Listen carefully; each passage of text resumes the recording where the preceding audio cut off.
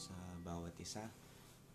Bago po tayo magsimula sa ating pag-aaral sa umagang ito, awitan po muna natin ang Panginoon ng maikling awitin at papurihan natin siya sa umagang ito.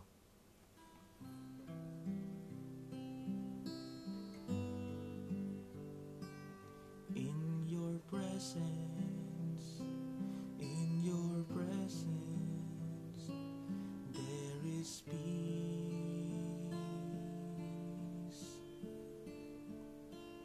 In your presence, there is joy.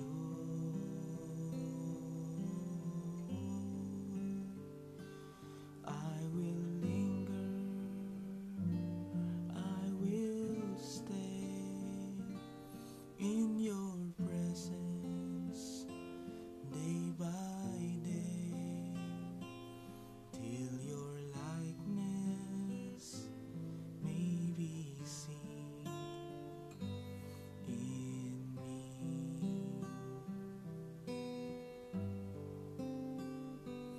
In your presence,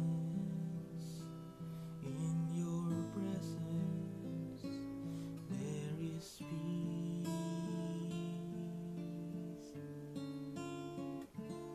In your presence,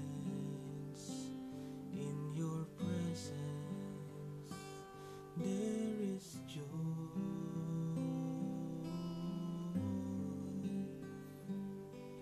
I will linger, I will stay in your presence day by day, till your likeness may be seen in me.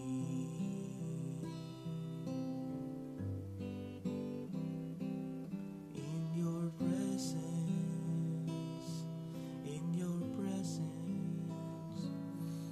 there is peace.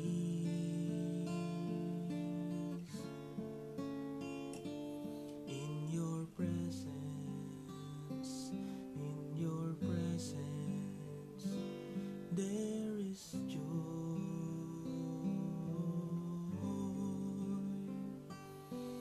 I will linger, I will stay in your presence day by day, till your likeness may be seen in me. Hallelujah. Hallelujah. Thank you, Jesus. Salamat sa inyo, Panginoon. Sa oras na ito, sa lahat na nakikinig, Panginoon, sa iba't ibang dako ng mundo, hiling ko po, Panginoon, na ang inyong presensya dumako sa lahat ng nakikinig sa umagang ito, O God. Hallelujah, na maramdaman namin ang inyong pagkilos simula ngayon, Panginoon, hanggang sa aming pakikinig. Maramdaman namin ang inyong paggabay sa amin, sa aming lahat na maririnig ngayon. Ang mensahe ninyo ay maunawaan namin, higit sa lahat, Panginoon, ay tumanim sa aming mga puso't isipan, O God.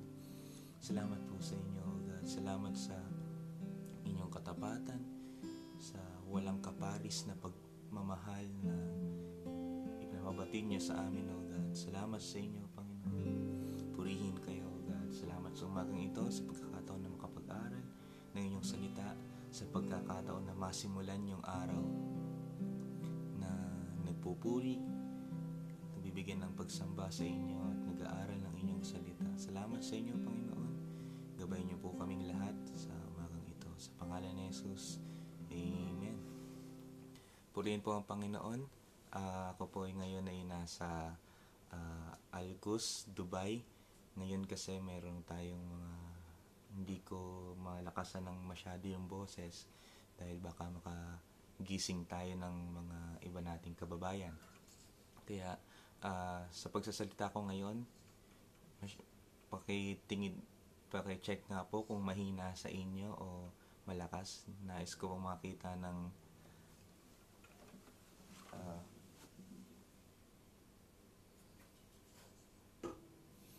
kapatiran dyan na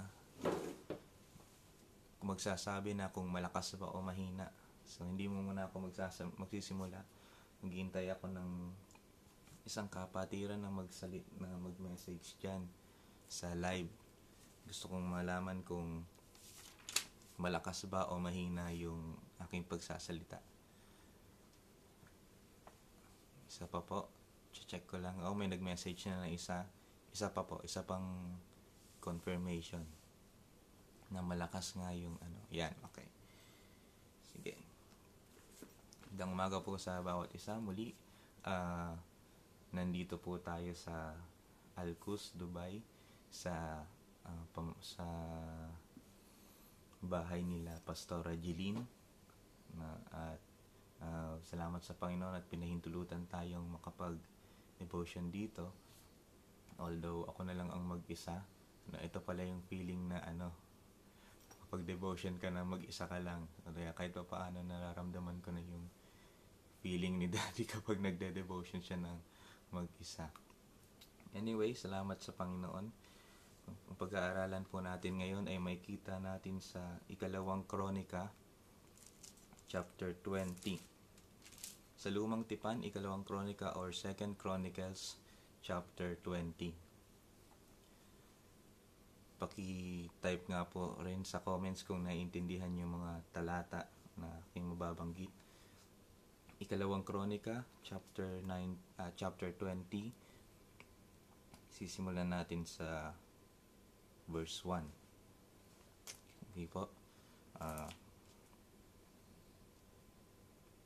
Basahin na natin sa unang Kronika, chapter 20.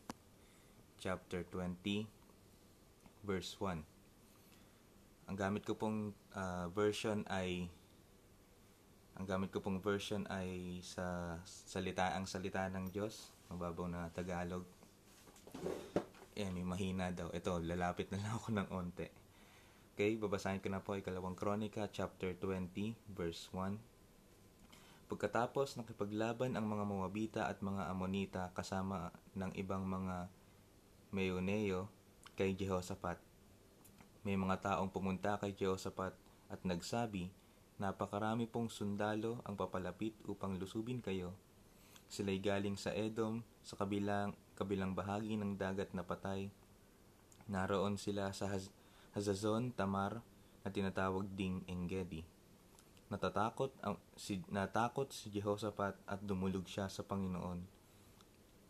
Nag-utos siya na mag-ayuno ang lahat ng taga-Huda, kaya nagtipon ng lahat ang mga tao mula sa lahat ng bayan ng Huda upang humingi ng tulong sa Panginoon. So, sa part na ito, sinasalakay yung kaharian ng Huda sa pangunguna ni Haring Jehoshaphat ng mga Moabita, Amonita at yung iba pang mga Meuneo. At kung titignan natin sa mapa, yung location na binabanggit dito, nasa loob na sila ng teritoryo ng Israel. Hindi sila sa malayo pa. Nandun na sila sa loob ng teritoryo ng Israel. Kaya yung sitwasyon na ito ay masasabi nating crucial na, crunch time na nga. O in panic na kasi nasa loob na ng teritoryo yung mga kaaway.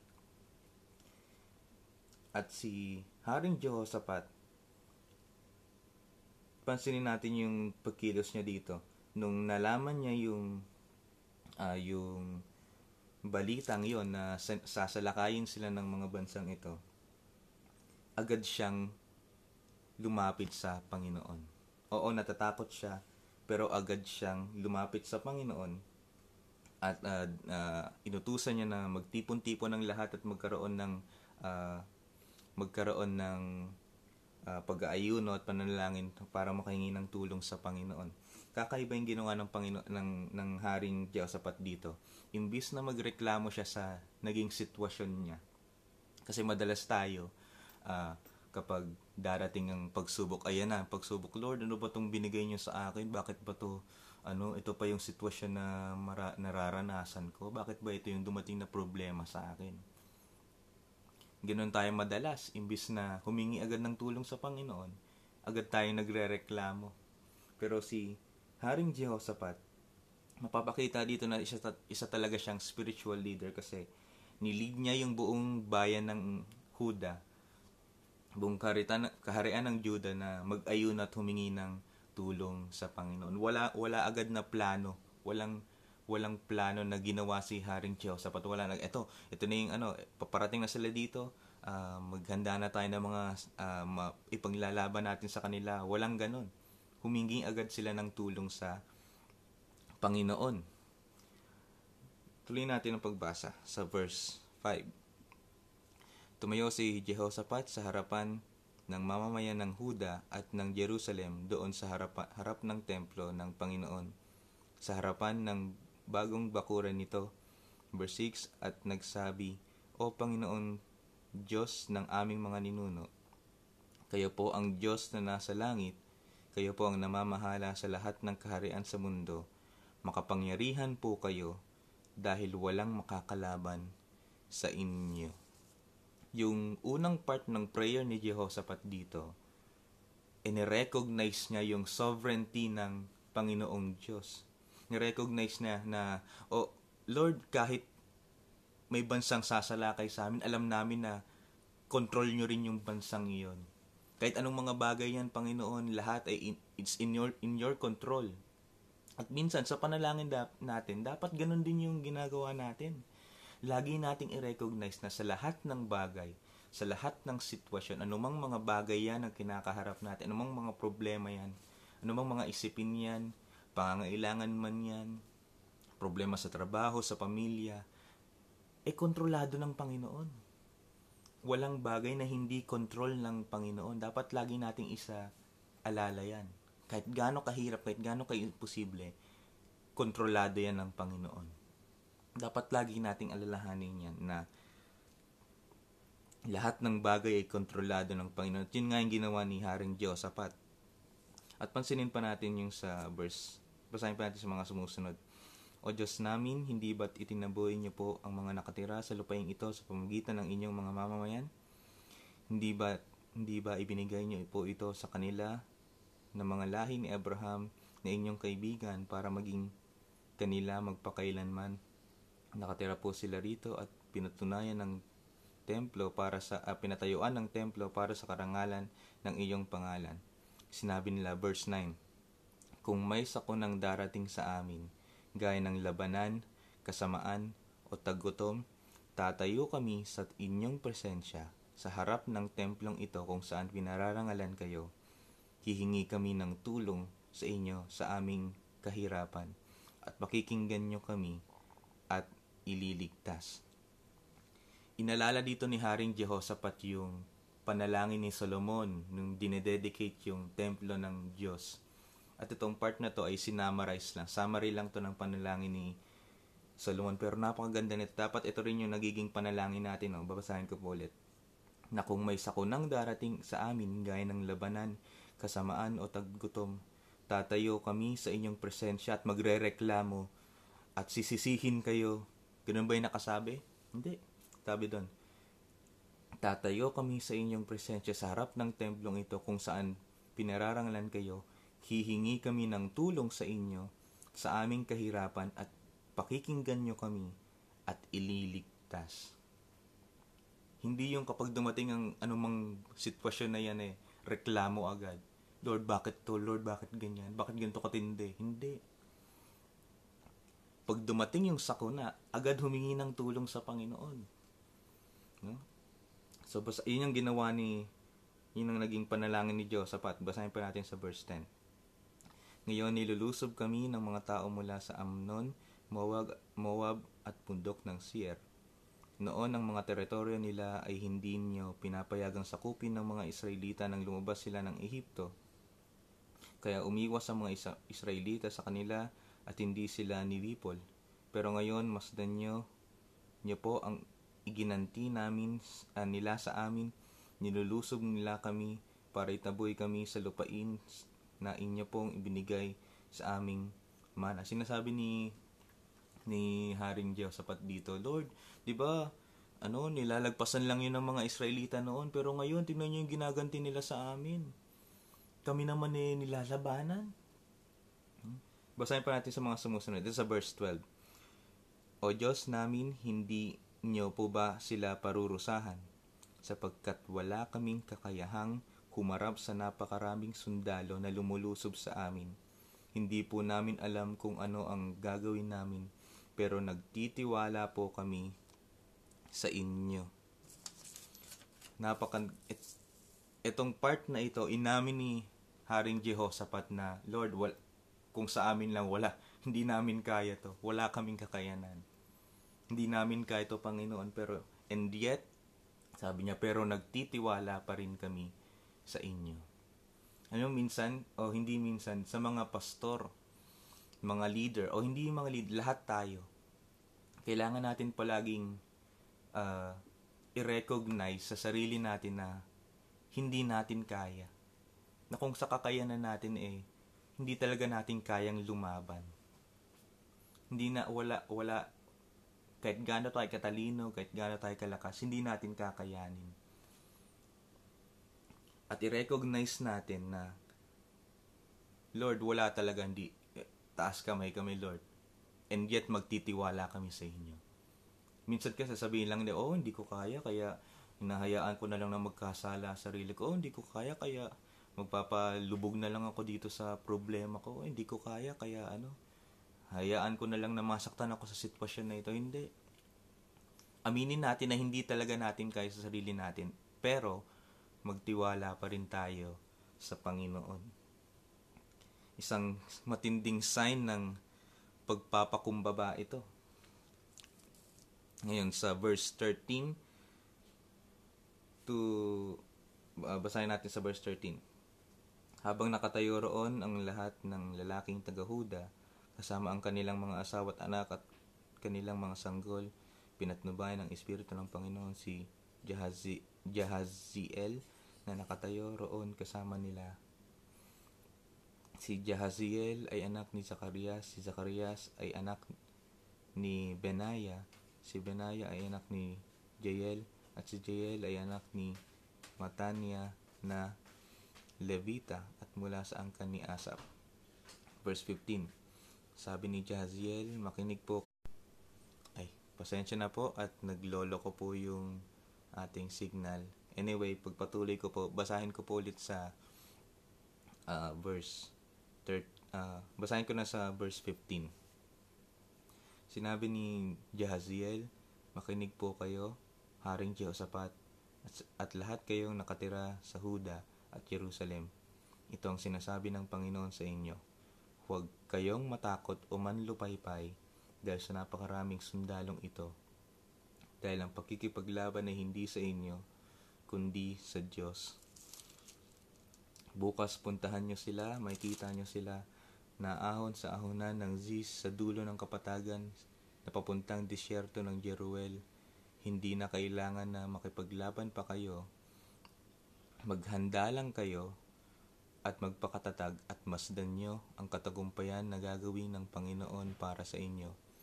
Kayong mga taga-Huda at Jerusalem, huwag kayong matakot o manghina.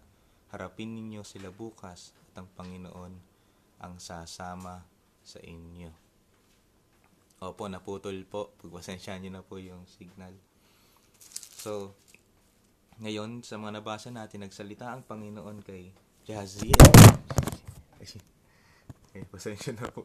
Ngayon, yung kasi natin, yung pinaka-stand natin makita nyo mamaya kung gaano ka kulit.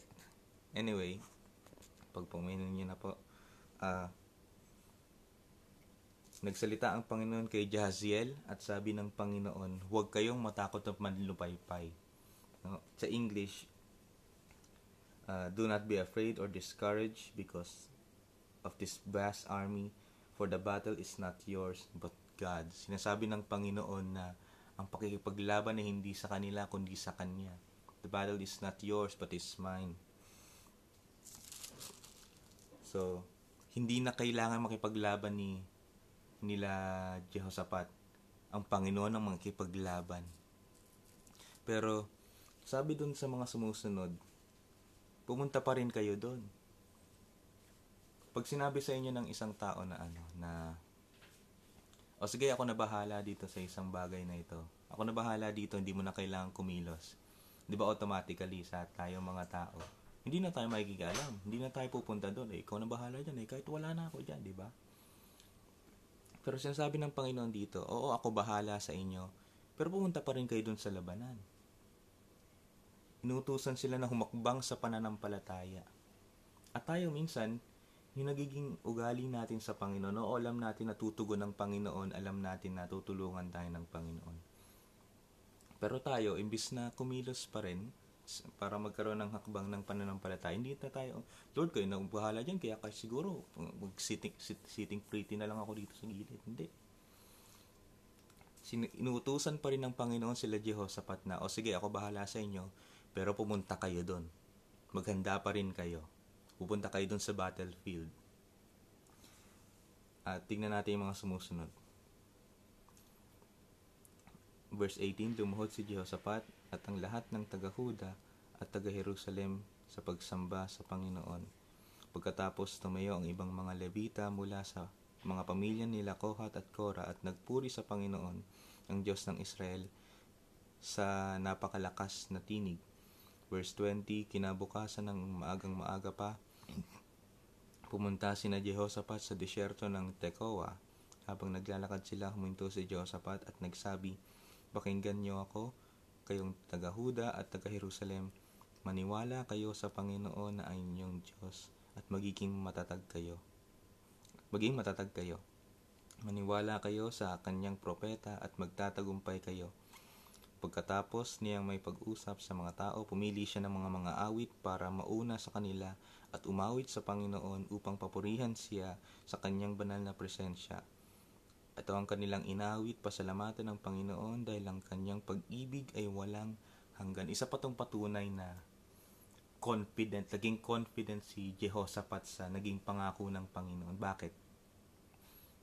Mostly, yung mga tao, magiging response dito, sige, inutusan tayo ng Panginoon na pumunta ulit pa rin sa battlefield kahit siya may siya yung makikipaglaban sa atin. Pero iuna natin yung mga mandirigma sa harapan. Sila na para just in case na biglang umatake, kailangan nandun yung mga soldiers. No, yung mga worshippers dito na lang sa dulo, sa likod na lang. Pero ano yung ginawa ni Jehoshaphat? Ipinuwesto yung mga worshippers sa harapan, hindi yung mga sundalo. It shows confidence, yung matinding pananampalataya ni Jehoshaphat, na confident siya sa pangako ng Panginoon, confident siya na tutulungan siya ng Panginoon. Kaya hindi yung mga sundaling hinarap, yung mga worshippers, sige, magpuri na lang tayo, sa harap kayo. Ano kaya inisip ng mga ng mga Levita? Siguro ewan ko, pero marahil yung iba doon natatakot na kasi siguro sinasabi nila, ano ba tong hari natin, imbis na yung mga sundalo, tayo pa yung ipapain sa harap, no? Anyway, nagpapakita ito na talagang confident si Jehoshaphat na tutulungan siya ng Panginoon. Okay, ito na yung mga susunod na nangyari. Saan tayo naputol? Verse 22. At nang nagsimula silang umawit ng papuri, pinaglaban-laban ng Panginoon ang mga Moabita, Amonita at mga taga-bundok ng Seir. Nilusob ng mga Amonita ang mga Moabita, ang mga sundalo ng mga taga-bundok ng Seir at nilipol silang lahat. Pagkatapos nilang pumatay, sila naman ang nagpatayan. Pagdating ng mga sundalo sa Huda, sa mataas na bahagi ng disyerto, nakita nila ang mga bangkay ng mga kalaban nila nakahandusay sa lupa. Wala kahit isang buhay. Nung pagkasimula nilang magpuri sa Panginoon, bigla naman nagpatayan yung mga lumilipol sa kanila, yung lalaban sa kanila, yung mga nagkaisa para sugurin ng bansang Israel. Yun yung nagpatayan. Hanggang sa wala nang natira sa kanilang buhay. Sa mga babasahin pa natin dito, sige, basahin na natin sa verse 25. Kaya pinuntahan ito ni Jehoshaphat at ang mga tauhan niya at sinamsam ang kanilang mga ari-arian.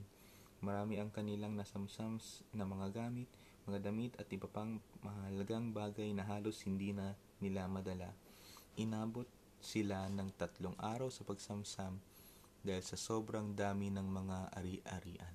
Sa sobrang daming ari-arian na naiwan ng mga patay na kalaban nila, inabot sila ng 3 araw sa pagsamsam lang. Gaano kadami yun? Aabutin ka ng 3 araw sa pagkuha ng mga iba't ibang mga gamit. Antindi. So mga susunod na basahin natin sa mga susunod. Sa verse 26 ng ika-4 na araw, nagtipon sila sa lambak ng Beraka kung saan nagpuri sila sa Panginoon. Ito ang dahilan kung bakit tinawag itong lambak ng Beraka. Hanggang ngayon, pagkatapos bumalik sila sa Jerusalem na pinangungunahan ni Jehoshaphat, masaya sila dahil pinagtagumpay sila ng Panginoon sa kanilang mga kalaban. Pagdating nila sa Jerusalem, dumiretso sila sa templo ng Panginoon na tumutugtog ng mga alpa at lira at mga trompeta. Nang marinig ng lahat ng karian kung paano nagipaglaban ng Panginoon sa mga kalaban ng Israel, natakot sila. Kaya may kapayapaan ng kaharian ni Jehoshaphat dahil binigyan siya ng kanyang Diyos ng kapayapaan sa kanyang paligid. Pagkatapos ng matinding nangyaring pakikipaglaban, bumalik sila sa templo at nagpuri sa Panginoon. Minsan tayo, kapag nagpapatotoo tayo, hindi na iiwasan na yung magkaroon ng pagmamalaki sa sarili. Pag nagpapatotoo, na sasabihin natin, sa tulong ng Panginoon na nagkaroon ako ng ganito, binigyan niya ako ng ganito, at naranasan ko ito, na tinulungan ako ng Panginoon, na naramdaman ko yung kapangyarihan niya, ganyan. Pero at the back of your mind, minsan nakaisip tayo na, galing-galing ko. Hindi, kita nyo, tinutulungan ako ng Panginoon, kita nyo, matindi yung mga nagagawa ko dahil sa Panginoon. Meron pa rin na humahalong pagmamayabang, pagmamataas. Pero dapat, after every victory na ibibigay sa atin ng Panginoon, dapat ibalik natin sa Kanya yung papuri. Dahil kung hindi dahil sa Kanya, hindi tayo magtatagumpay. May mga panahon sa buhay natin na hindi na natin kailangan makipaglaban, na ang Panginoon ang makikipaglaban para sa atin. Pero may mga panahon rin na kinakailangan ng participation natin sa pagkikipagbaka, lalo na pagdating sa mga panunukso ng kaaway, mga pagsubok, iba't ibang mga sitwasyon na kailangan labanan talaga. Pero may pangako ang Panginoon sa Kanyang salita at alam na ng lahat ito. Unang Korinto chapter 10 verse 13, isa sa mga paborito kong bersikulo. 1 Corinthians chapter 10 verse 13. Basahin ko po, 1 Corinthians chapter 10 verse 13. Walang pagsubok na dumarating sa iyo na hindi nararanasan ng ibang tao, ngunit maaasahan natin ang pangako ng Diyos na hindi niya tayo pababayaang subukin ng higit pa sa ating makakaya. Kaya kung dumaranas kayo ng pagsubok, gagawa siya ng paraan para mapagtagumpayan ito. Walang pagsubok na darating sa atin na hindi natin kaya. At ang masaya pa niyan, tutulungan tayo ng Panginoon na mapagtagumpayan ito. Hindi tayo papahintulutan ng Panginoon na makipaglaban dun sa laban na hindi natin kaya. Bibigyan tayo ng Panginoon, papahintulutan ng Panginoon ng isang problema na kakayanin natin, na sure na magtatagumpay tayo. At ang maganda pa niyan, alam na nga magtatagumpay tayo, pero tutulungan niya pa rin tayo mapagtagumpayan iyon. Ito pang maganda sa Juan chapter 16 verse 33. Juan chapter 16 verse 33. Hindi unang John chapter 16 verse 33. Juan chapter 16 verse 33. Basahin po natin. Sinasabi ko sa inyo sa mga bagay na ito, para magkaroon kayo ng kapayapaan sa akin, daranas kayo ng paghihirap dito sa mundo, pero magpakatatag kayo dahil nagtagumpay na ako laban sa kapangyarihan ng mundo. Maganda to sa English.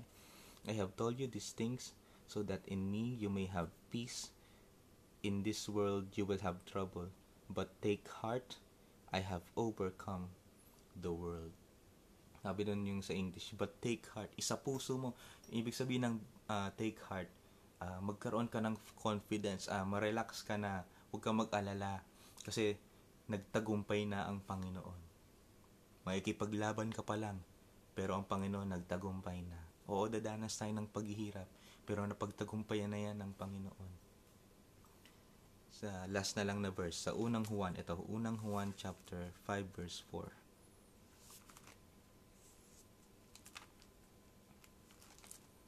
Unang Juan chapter 5 verse 4. Anong oras na ba? Ayan, time na pala. Unang Juan chapter 5 verse 4. Sapagkat ang bawat anak ng Diyos ay nagtatagumpay laban sa mundo, at pagtatagumpayan niya ito sa pamamagitan ng pananampalataya. At sino ba ang nagtatagumpay laban sa mundo? Ang sumasampalataya na si Jesus ay anak ng Diyos. Sabi dito, yung mga anak ng Diyos ay nagtatagumpay laban sa mundo. Sino ba mga anak ng Diyos dito? At siguro naman lahat ng nakikinig dito ay anak ng Diyos. Sabi doon, yung mga anak ng Diyos ay nagtatagumpay sa mundo. Bakit? Dahil ba sa sariling lakas? Sabi dito, napagtatagumpayan niya ito sa pamamagitan ng pananampalataya. Pananampalataya sa Panginoon. Kaya mga kapatid, anumang pagsubok ang dumating sa atin, anumang tukso ang dumating sa atin, binibigyan tayo ng Panginoon ng pagkakataon na makatikim ng tagumpay. Kung noon, nung hindi mo pa nakikilala ang Panginoon, hindi ka lagi kang nabibigo, lagi kang nadatapa, lagi kang natatalo. Pero ngayong anak ka na ng Diyos, binibigyan ka niya ng pagkakataon na magtagumpay palagi. Hindi dahil sa kayong kakayanan, kundi dahil sa tulong ng Panginoon. Kaya tandaan natin ito mga kapatid, anumang pakikipaglaban yan sa buhay natin dito sa mundo, lagi tayong mananalo. Sure win. Merong kasabihan na the fight is fixed. Bago pa mo ipaglaban, alam mo nang panalo ka. Alam mo nang mananalo ka. Daya yun yung a fixed fight. Alam nang madaya yun kasi alam mo, bago ko pang paglaban, sure na naman nanalo ka. Ganun yung pakikipaglaban na idinadaan tayo. Hindi tayo binibigyan ng pagsubok na hindi natin kaya. Hindi tayo dadaan sa pagsubok na hindi natin kakayanin. Hindi dadaan yung isang sitwasyon na hindi na matatalo ka. Lagi lahat ng sitwasyon, lahat ng problema, lahat ng pagsubok, panunukso ng kaaway, magtatagumpay ka. Magtatagumpay tayo. Hindi dahil sa sarili nating lakas, hindi dahil sa sarili nating katalinuhan, kundi dahil sa Panginoon. Kaya anuman po ang inyong nararanasan ngayon na pagsubok, mga isipin, pangangailangan, mga problema sa buhay, mga panunukso ng kaaway, magtatagumpay tayo. Tandaan natin yun. Kahit mahirap na hirap ka na, huwag kang mawawala ng pag-asa sa Panginoon dahil pagtatagumpayin niya tayo. Amen? Lagi nating alalahanin yan mga kapatid, na lagi sa Panginoon, in Christ, we will win. Lagi tayong mananalo. Lagi tayong magtatagumpay. The fight is already fixed. Ang kaaway, nakadana na matalo siya. At kung hahayaan natin magpatalo tayo sa kaaway, mas malala pa tayo sa talunan. Mas malala pa tayo sa kaaway na isang talunan.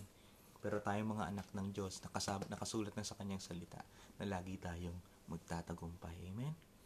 Purihin ang Panginoon. Salamat sa kanyang salita. Bago po tayo magtapos sa ating pag-aaral, purihin natin ang Panginoon. May tayo po yung manalangin. Hallelujah. Praise you, Jesus. Thank you, Jesus. Oh, hallelujah. Hallelujah. Panginoon, salamat sa pagkakataon na makahawak kami ng tagumpay. Kung aalalahanin namin ang aming mga nakarang buhay, yung hindi pa namin kayo kilala, yung hindi pa namin kayo lubusang natatanggap, nung hindi pa kami naliligtas, Panginoon, lagi kami nakaranas ng pagpagsak, pagtalo. At Minsan nanglulumo na kami kasi para kaming walang kwenta na lagi na lang naiisahan ng kaaway. Pero ngayon, dahil anak na kami ninyo, Panginoon, na kami mga anak ng Diyos na ngayon, lagi kami makakamit ng tagumpay. Laging tagumpay ang aming matatamo sa tuwing dadaan ng pagsubok, kahit gaano kahirap, Panginoon. Alam namin ang pagtatagumpay nyo kami, kaya ang aming hiling, Panginoon, sa umagang ito, sa lahat ng nakikinig ngayon, hiling ko po, Panginoon, na patatagin nyo kami bago pa dumating yung tugon, bago pa dumating yung pagtulong ninyo. Patatagin nyo muna kami, Panginoon, na hindi kami mawalan ng pagtitiwala sa inyo, na kahit gaano kahirap yung pagsubok, pagtitiis, paghihirap sa anumang sitwasyon, anumang panunokso ng kaaway, maging matatag kami, hindi kami mawalan ng kapit sa inyo. At manampalataya kami, Panginoon, na ililigtas nyo kami at pagtatagumpay nyo kami. At tunay nga, Panginoon, sa dinami-dami na nang naranasan naming pagkilos ninyo sa buhay namin, tunay nga na hindi kayo bumibigo. Hallelujah. Thank you, Jesus. Salamat sa inyo, Panginoon. Salamat sa inyong mensahe sa umagang ito. Nawa, Panginoon, tumanim sa aming puso at isipan ito, O God, na anumang danasin namin sa mundong ito, hindi kami matatalo. Lagi kami magtatagumpay, hindi sa sarili naming lakas, kundi dahil sa inyo. At Panginoon, sa tuwing dadanas kami ng tagumpay, nawa, Panginoon, ay maibalik namin ang lahat ng papuri sa inyo. Dahil kayo lamang, Panginoon, ang tunay na may deserve na mabigyan ng papuri, hindi kami, Panginoon. Kayo lamang, O God. You deserve all the glory and praise. Salamat sa inyo, Panginoon. Thank you, Jesus. Lord, nakikita niyo ang sitwasyon ng bawat isang naririnig, nakakinig na ngayon nito, Panginoon. Marahil yung iba ay dumadanas ng matinding pagsubok, paghihirap, pagtitiis. Niling ko po, Panginoon, patatagin niyo sila ngayon, Panginoon. Hallelujah. Titigin niyo ang kanilang mga espiritu. Makapag-persevere sila sa lahat ng sitwasyon na dinadanas nila ngayon. At pagdating doon sa dulo, Panginoon, makakamit sila ng tagumpay. Salamat sa inyo, Panginoon. Thank you, Jesus. Thank you, Jesus. Thank you, Jesus. Hallelujah. Praise your holy name. Praise your holy name. Salamat sa inyo, Panginoon, sa umagang ito. Sa inyo namin binabalik ang lahat ng pupuri at salamat. Sa pangalan ni Jesus. Amen. Purihin ng Panginoon. Magandang umaga po sa bawat isa. Binabati ko po ang aking mga magulang, si Pastor Paul, Pastora Never, ang aking mga kapatid, si Limuel, si Shelley, si Evangel, ang mga taga Dora Faith Taiwan, Dora Faith Korea, Dora Faith Qatar, Dora Faith UAE. Yung mga kaklase ko nung Bible School. Purihin ng Panginoon. Lagi po nating alalahanin, mga kapatid, na lagi tayong makakamit ng tagumpay. Huwag nawa mawala sa ating puso at isipan itong mensahe ng Panginoon ngayon. Amen? Purihin ng Panginoon. Ito po ang aking kasama, si Brother Nathan.